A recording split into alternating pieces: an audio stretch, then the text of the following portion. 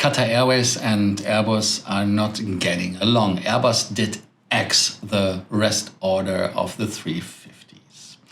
A topic we go on as well is IHG. If you sleep at IHG properties, you can get 1,000 Skywards points with Emirates as a promotion.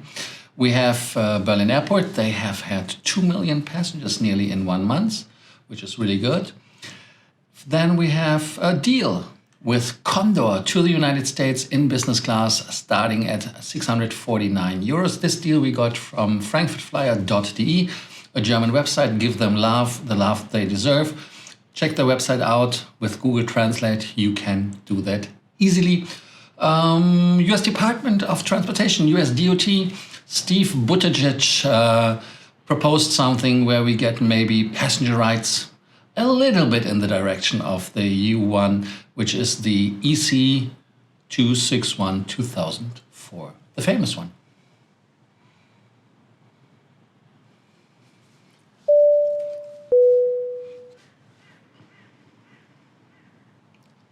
My name is Lars. I'm here to bring you more miles, more points, and more status. Like always, do not forget to subscribe, to hit the notification button, the bell, and leave us a comment and a like. That helps the algorithm and to kick off this channel. Thank you so much. Yes, and we will have the regular tables. We have regular tables now in Berlin, in Munich, and in Frankfurt, and in Riga. Yes, we will have that as well. So Munich is on the 13th, on the 14th will be Frankfurt, 12th is on Munich, 13th is on Frankfurt, 14th is in Berlin, and the 28th would be Riga. Wonderful. If you have a suggestion for the location, let me know. We are still looking where we are going to meet. The first topic is Qatar Airways, Airbus, or Airbus and Qatar Airways. And let's go and dive into it. After they have axed the order of the A321neos, 50 pieces were ordered, or aircrafts were ordered, they had still an outstanding order of Qatar Airways for 350 jets. And this entire order was axed as well. There's now, is it a dramatic new twist? Is it a plot? Is it a dispute which is clouding the World Cup preparations? I don't know, but it's for both sides not very good, in my opinion. No comment was immediately available from Airbus or Qatar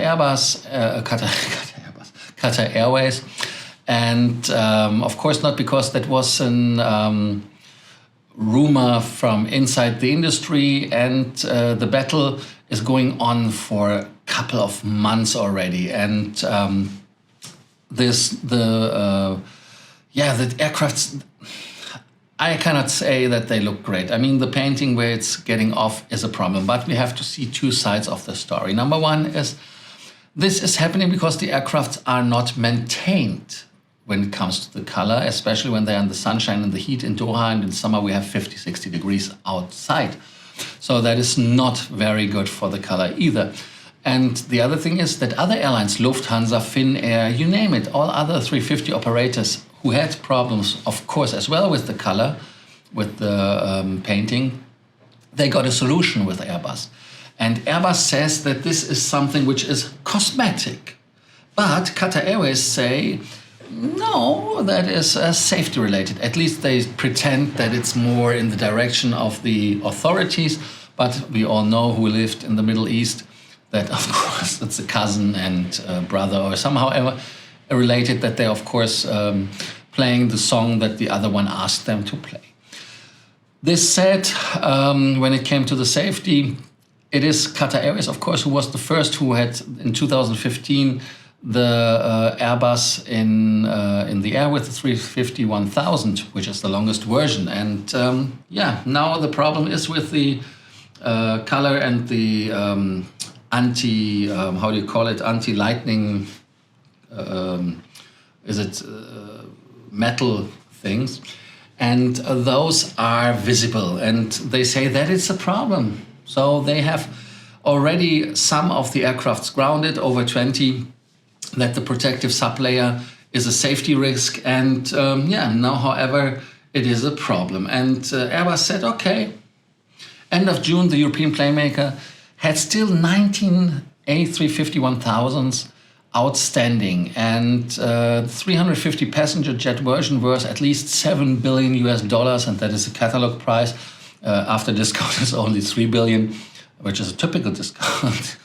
The Airbus share even went up when they said, no, we don't do it. And of course, the cancellation comes 6 months after Airbus also revoked the former mentioned 50 of the 321neos. But we will see how that works. And bearing an elusive settlement, the dispute is already set for a rare corporate trial in London next June, next year. So it takes a little time, but I think that these two will not get friends any sooner. And maybe they find a way to get a solution. An airport which found a solution to battle all the travel problems is the capital airport of Berlin, BER. And they had 700,000 passengers in July last year. Compare it to this year, 2 million. Yes, that was pretty cool shit. And when you take all the numbers from the year, they already had this year 10 million passengers who have been landing or taking off from Berlin. And end of the year, it should be 17 million passengers.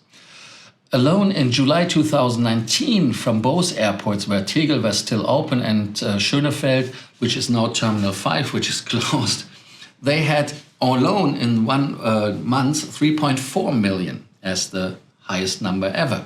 So you see that 2 million is quite good on the way from the pandemic. And I didn't hear any problems. I mean, they had troubles in the beginning, but they figured out. And the lines which you had to wait in half an hour, but come on, an economy line without fast track, that's kind of okay, isn't it? Now we have for you something which is not okay in the US. And the US Department of Transportation, DOT, announced a new rule to empower the consumers and give them more protection when it comes to the refund policy of airlines.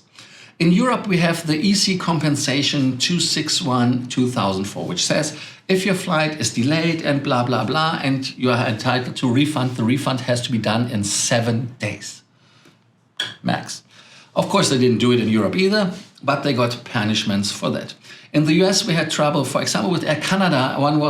The one was famous and struck to me because the Air Canada headache was that the Canadians said, we don't pay. And that is something which doesn't work, because when it comes to our money, they have to reimburse us, yes.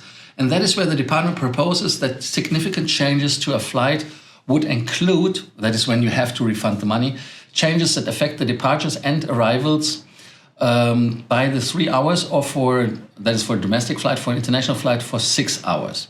Changes to the departure or arrival airport, changes to increase the number of connections in the itinerary, and changes to the type of aircraft flown as it causes a significant downgrade in the air travel experience or amenities available on board the flight.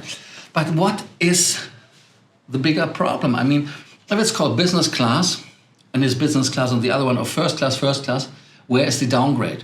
And sometimes if you are coming from a domestic first class and get downgraded to a domestic business class, there's not so much difference. But anyways, that are the changes. And I think, in my opinion, it is not understandable why the airlines have refused on one point the refund, and then they gave out some vouchers which only were expiring after a year or two. And that is not lawful, in my opinion, and that should be changed. And now it comes to significant change. What is a significant change? I mean, when you write it, when it comes to significant change, there has to be something which gives you a kind of a guideline. But if we don't have a guideline, we have to go to courts, and then we have to ask the judges. Then it comes to rulings, and the rulings are confusing. And how often do we even deal with the European EC 261/2004 in front of a judge who has no clue what we are talking about? And this said, I think the DOT should do something where it's a very clear guideline, where it says that is what has to be changed, that is what it cost you, and that is what has to be done. So make it a little bit more on the spot, that we have less headache, because that is screaming for more headaches as well. And the next thing is, why they don't say that it requires the airline to give you a voucher which is indefinitely valid, for example. And if the airline has somehow a bailout, they have to be required to pay the cash back. So take a look at the EC 261 2004 from Europe, the passenger rights legislation, and look at it and make it better. Yeah, make it clear that you even don't clog the courts with these things. I think that should be done. It's a good attempt to get the consumer rights better in the US, but in my opinion, do it a little bit more consistently and a little bit more on the point, and not to make more lawyers rich and more courts stuck with more cases. So please do that. Comment down there what you think about it.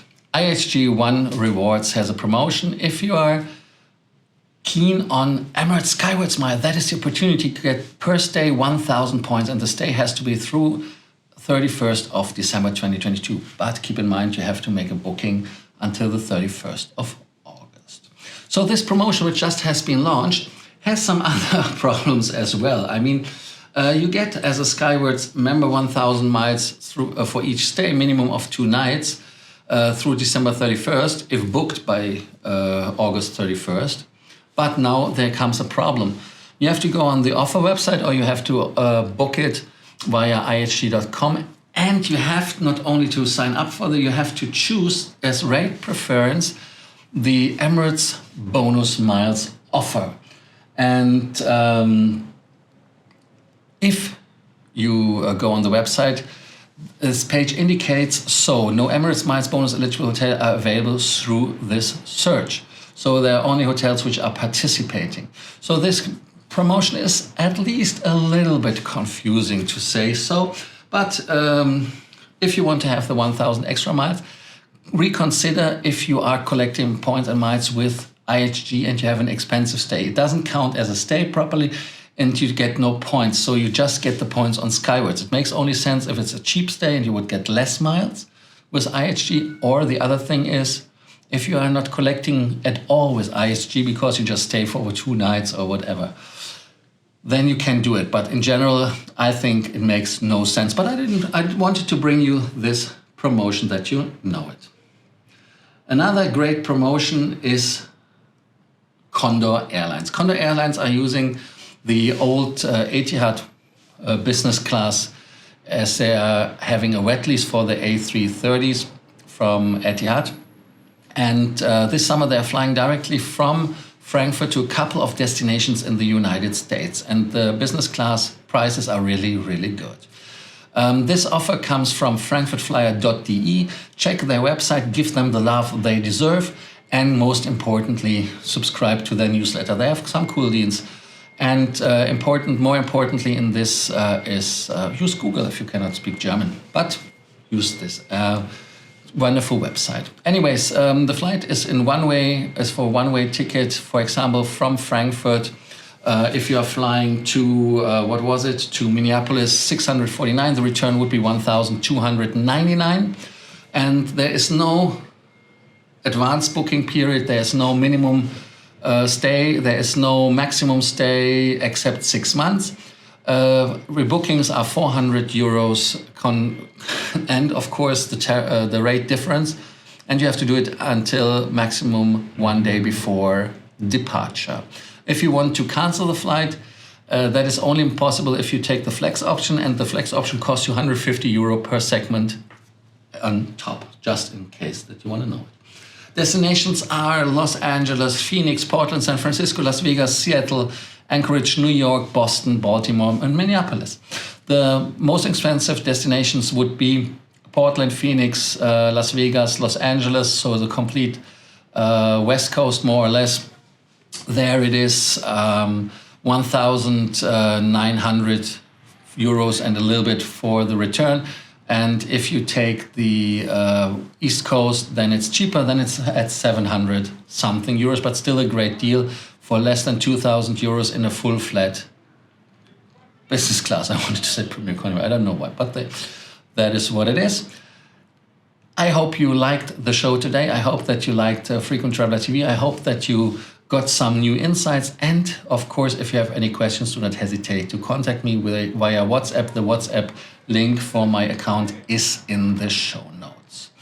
Thank you for subscribing, for hitting the notification button. Thank you for commenting, yes, and leaving us a like. Looking forward to see you tomorrow again for your next episode or at one of the regular tables. So thank you so much and see you tomorrow.